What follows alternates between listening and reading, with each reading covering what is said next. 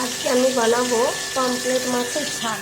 Pomfret মাছ নিয়ে নিয়েছি, সর্ষে পোস্ত বাটা, টমেটো কুচি, পেঁয়াজ কুচি, কাঁচা লঙ্কা কুচি, নুন, হলুদ, লঙ্কা গুঁড়ো। মাছ ভাজতে বসিয়ে দিয়েছি।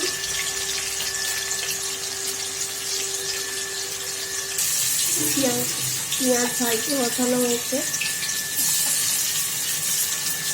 পেঁয়াজটা ভাজা হয়ে গেলে টমেটো কুচি, পেঁয়াজ কুচি দিয়ে দেবো, দিয়ে সর্ষে দিয়ে দেবো, সর্ষে পোস্ত বাটা।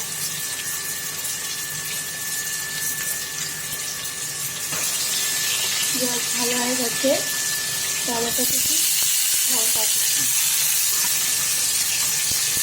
নুন, হলুদ, লঙ্কা গুঁড়া।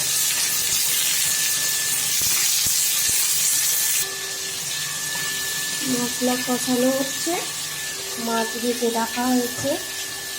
মশলাটা কষানো হয়ে গেলে, সরষের ঝালটা হয়ে গেলে মাছগুলো দিয়ে দেবো। সরষে পোস্ত বাটা দিয়ে দিলাম। সরষের ঝালটা ফুটে গেছে, এক এক করে মাছ দিয়ে দেবো।